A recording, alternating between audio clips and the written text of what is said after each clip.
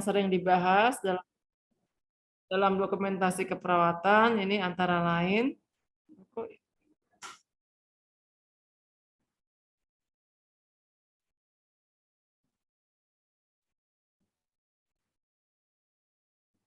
ya, ada yang disebut dengan SOR atau Source Oriented Record. Jadi pencatatan yang berorientasi Izin pada masuk Ibu, mohon sumber. maaf. Gimana? Apakah terlihat? Ya, masih di filenya Ibu, belum masuk ke PPT-nya. Oh, jadi gimana ya? Di sini, Ibu udah buka PPT-nya ini? Atau mungkin bisa saya bantu untuk share screen Ibu, PPT-nya bisa dikirim ke saya. Oh iya, iya. Sebentar Ya, ya. baik Ibu.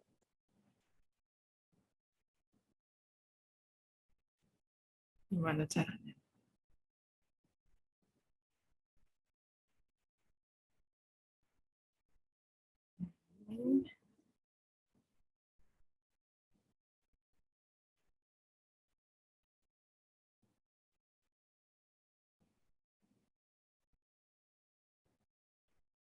Kita lanjut ya. Model-model dokumentasi keperawatan itu ada beberapa model ya. Kok nggak bisa saya itu ya? Ini nggak usah ya.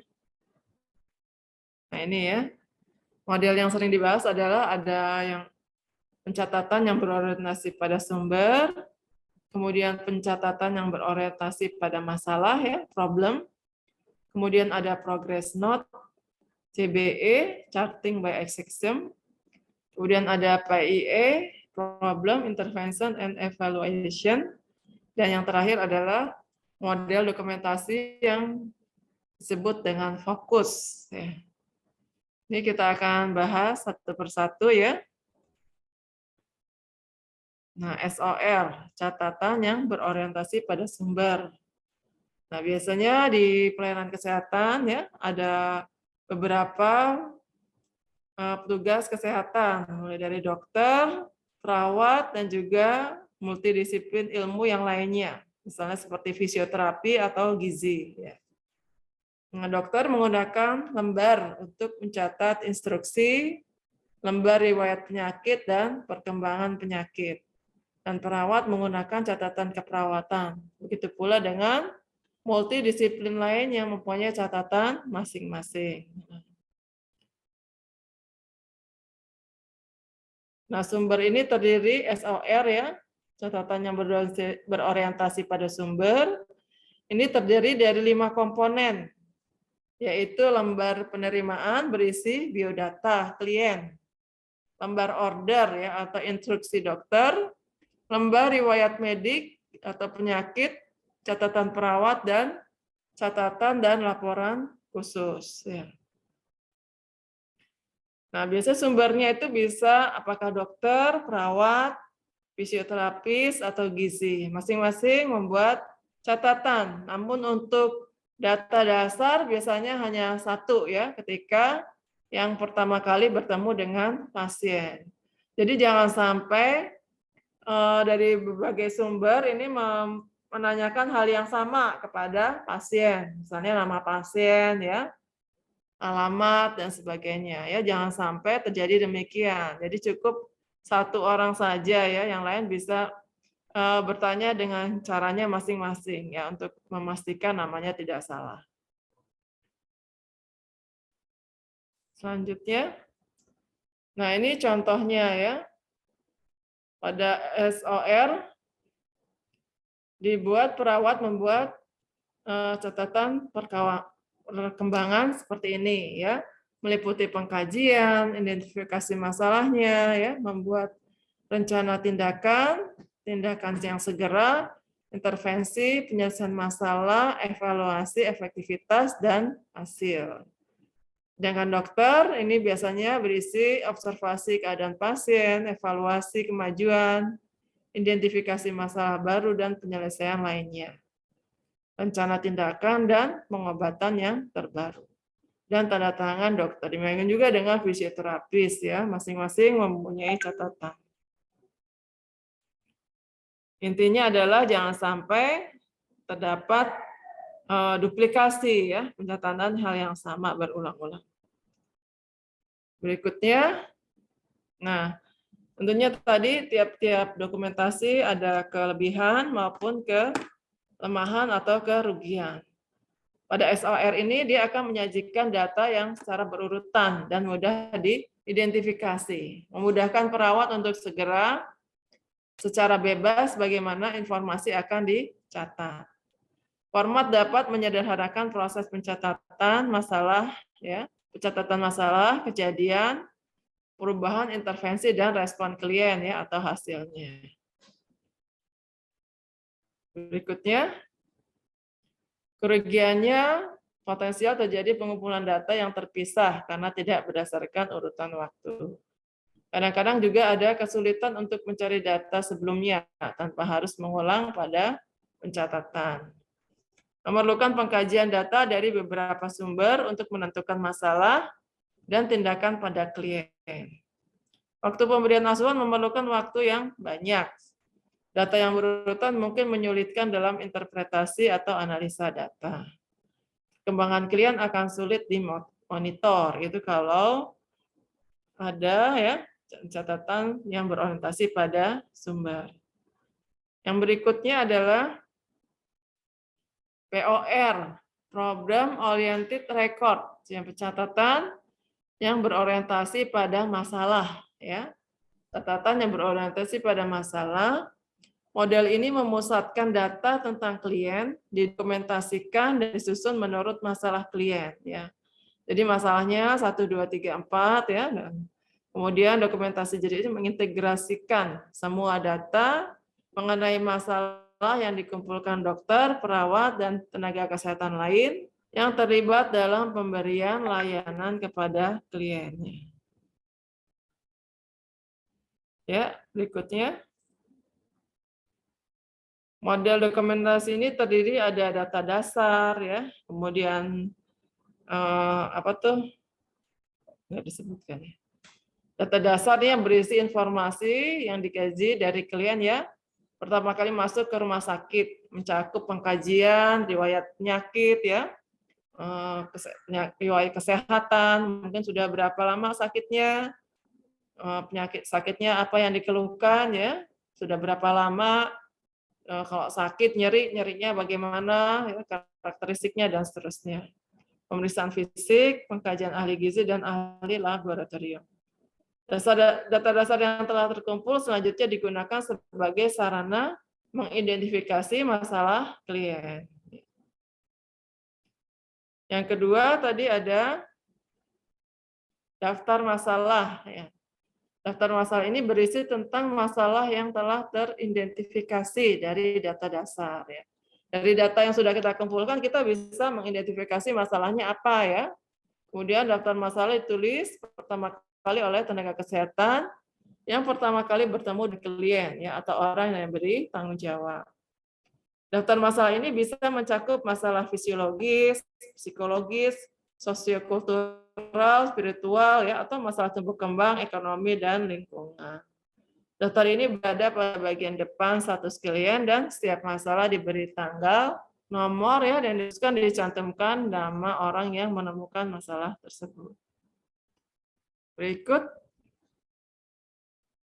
Nah, ini contohnya POR seperti ini ya.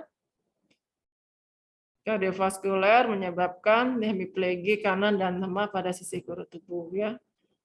Masalah perawatannya perawatan diri ya, kemudian ada rencana awal ya. Selanjutnya adalah yang ketiga, rencana awal dari asuhan keperawatan. Rencana asuhan ditulis oleh tenaga yang menyusun daftar masalah. Dokter menulis rencana medis awal dalam catatan perkembangan. Sedangkan perawat menulis rencana keperawatan atau rencana asuhan keperawatan.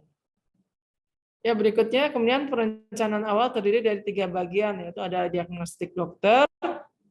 Ini mengidentifikasi apa pengkajian diagnostik yang perlu dilakukan terlebih dahulu. Menetapkan prioritas dan koordinasi untuk pemeriksaan atau menegakkan diagnostik yang sangat penting. Ya, berikutnya. Ya tadi ya, usulan terapi dokter. Ya, lanjut. Nah, pendidikan klien. Tadi ya ada 3. Kemudian kebutuhan pendidikan ini bertujuan jangka panjang. Tim kesehatan mengidentifikasi secara serius informasi atau keterampilan yang diperlukan oleh klien untuk beradaptasi terhadap masalah yang berkaitan dengan kesehatan. Misalnya pendidikan kesehatan tentang pengobatan untuk di rumah ya. Bagaimana pengobatan untuk selanjutnya untuk di rumah ya. Lanjut. Progress note atau catatan perkembangan. Berisi perkembangan atau kemajuan dari tiap-tiap masalah yang telah diberi tindakan ya. Jadi dari tiap tindakan tadi dibuat SOAP-nya. Disusun oleh semua anggota yang terlibat dengan menambahkan catatan perkembangan pada lembar yang sama. Lanjut. Nah, itu untuk progress note ya atau catatan perkembangan bisa berupa SOAP, SOAPIER maupun PIE, problem, intervensi dan evaluation. Lanjut. Nah, ini contohnya ya, data dasarnya ya. Subjektifnya apa, objektifnya apa. Kemudian daftar masalahnya ada berapa, 1, 2, 3 dan seterusnya. Rencana tindakan dari satu masalah apa ya. Kemudian catatan perkembangannya. Subjektif, objektif, analisa dan planning. Lanjut. Keuntungannya adalah fokus catatan asuhan masalah keperawatan lebih menekankan pada masalah klien dan proses penyelesaian masalah daripada tugas dokumentasi. Ini juga akan menunjukkan kontinuitas dari asuhan keperawatan ya dengan POR tadi. Evaluasi dan penyelesaian masalah secara jelas dicatat, data disusun berdasarkan masalah yang spesifik ya. Lanjutnya, daftar masalah merupakan checklist untuk diagnosa keperawatan dan untuk masalah klien. Data yang perlu diintervensi dijabarkan dalam rencana tindakan keperawatan. Ya, lanjut. Kerugiannya kemungkinan adanya kesulitan jika daftar masalah belum dilakukan tindakan atau timbulnya masalah baru. Kemudian dapat menimbulkan kebingungan jika setiap hal harus dalam daftar masalah. SOAPIER ini dapat menimbulkan pengulangan yang tidak perlu jika sering adanya target evaluasi dan tujuan perkembangan klien yang sangat lambat. Ya, lanjut. Yang berikutnya.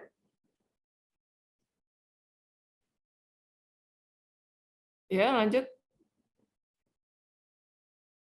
Nah, ini pedoman untuk penulisan SOAPIER, rujuk pada daftar masalah sebelum menuliskan data SOAP ya, beri tanda ya. Lanjut aja ya.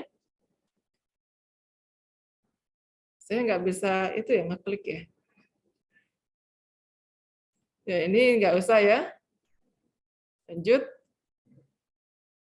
Nah, yang berikutnya adalah progress oriented record.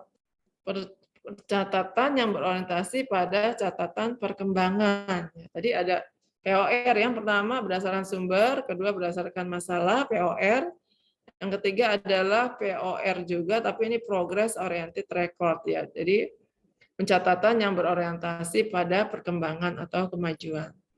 3 jenis catatan perkembangan yaitu catatan perawat, flowsheet, dan catatan pemulangan atau ringkasan rujukan ya. Ketika jenis ini digunakan baik pada sistem dokumentasi yang berorientasi pada sumber maupun berorientasi pada masalah. Sebagian penjelasan ya, jadi pada sumber juga ada progress note-nya ya, kemudian juga pada POR juga ada progress note-nya. Ketika jenis ini digunakan baik pada sistem dokumentasi yang ya ini tadi sebagian penjelasan tentang sistem dokumentasi telah diuraikan sebagai komponen baru pendokumentasian berorientasi pada masalah. Lanjut. Nah, catatan perawat ini harus ditulis setiap 24 jam, meliputi berbagai informasi tentang pengkajian ya. Jadi pengkajiannya itu harus lengkap. Tindakan keperawatan yang bersifat mandiri seperti perawatan kulit, pendidikan kesehatan, melakukan kegiatan atas inisiatif perawat sendiri. Ya, lanjut. Tindakan keperawatan yang diberikan bersifat pendelegasian, misalnya memberi obat atau tindakan penanganan lain yang diinstruksikan oleh dokter. Evaluasi keberhasilan setiap tindakan keperawatan. Tindakan yang dilakukan oleh dokter, tetapi juga akan mempengaruhi tindakan keperawatan. Kunjungan berbagai anggota tim kesehatan, misalnya konsultasi dokter, pekerja sosial, ya, dan pemuka agama. Ya, lanjut. Lembar alur atau flowsheet tadi ya untuk catatan perkembangan biasanya berupa lembar alur atau disebut dengan flowsheet. Flowsheet ini akan memungkinkan perawat untuk mencatat hasil observasi atau pengukuran yang dilakukan secara berulang yang tidak perlu ditulis secara naratif. Ya, misalnya TTV ya, termasuk dalam ini misalnya TTV, berat badan, intake output itu biasanya ditulis dalam flowsheet ya. Ya, lanjut. Flowsheet juga merupakan cara tercepat ya dan paling efisien untuk mencatat informasi. Selain itu, tenaga kesehatan akan dengan mudah mengetahui keadaan klien hanya dengan melihat grafik yang terdapat dalam flowsheet, misalnya seperti nadi, suhu ya, itu kan lebih cepat ya melihatnya. Apakah terjadi menurun, meningkat ya, atau flat ya. Oleh karena itu, flowsheet lebih sering digunakan di unit gawat darurat, terutama data fisiologis. Ya, lanjut. Nah, untuk pasien yang pulang, biasanya akan dilakukan catatan pemulangan dan ringkasan rujukan.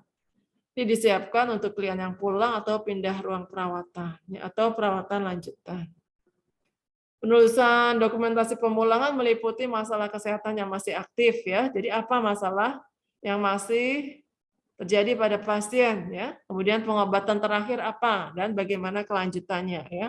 Kemudian penanganan yang masih harus diteruskan, misalnya seperti perawatan luka ya, kebiasaan makan dan istirahat, kemampuan untuk asuhan mandiri, jaringan dukungan, pola atau gaya hidup dan agama. Catatan ini juga ditujukan untuk perawat home care ya, tenaga kesehatan yang akan menuliskan home care dan juga informasi pada klien. Ya. Lanjut. Informasi untuk tenaga kesehatan ini mencakup penguraikan tindakan keperawatan, contohnya mengganti balutan, urutan perawatan luka, ya, kemudian menguraikan informasi yang disampaikan kepada klien, menguraikan kemampuan klien dalam melakukan keterampilan tertentu, menjelaskan keterlibatan anggota keluarga dalam asuhan, ya, kemudian menguraikan sumber yang diperlukan di rumah. Ya, lanjut. Informasi klien hendaknya itu menggunakan bahasa yang singkat, mudah, dan dipahami oleh pasien. Ya. Menjelaskan langkah-langkah prosedur tertentu, misalnya cara menggunakan obat di rumah. Ini perlu diberi petunjuk tertulis. Mengidentifikasi tindakan pencegahan yang perlu diikuti ketika melakukan asuhan mandiri. Memeriksa tanda dan gejala komplikasi yang perlu dilaporkan ke dokter. Kalau misalnya ada suatu penyakit, tanda dan gejalanya apa, komplikasinya yang bisa terjadi, nah itu harus dicatat dan dilaporkan ke dokter.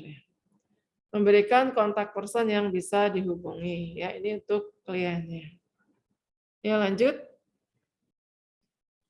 Berikutnya adalah dokumentasi, model dokumentasi yang disebut dengan charting by section, ya. Atau biasanya CBE atau disingkat dengan CBE ini adalah sistem pendokumentasian yang hanya mencatat secara naratif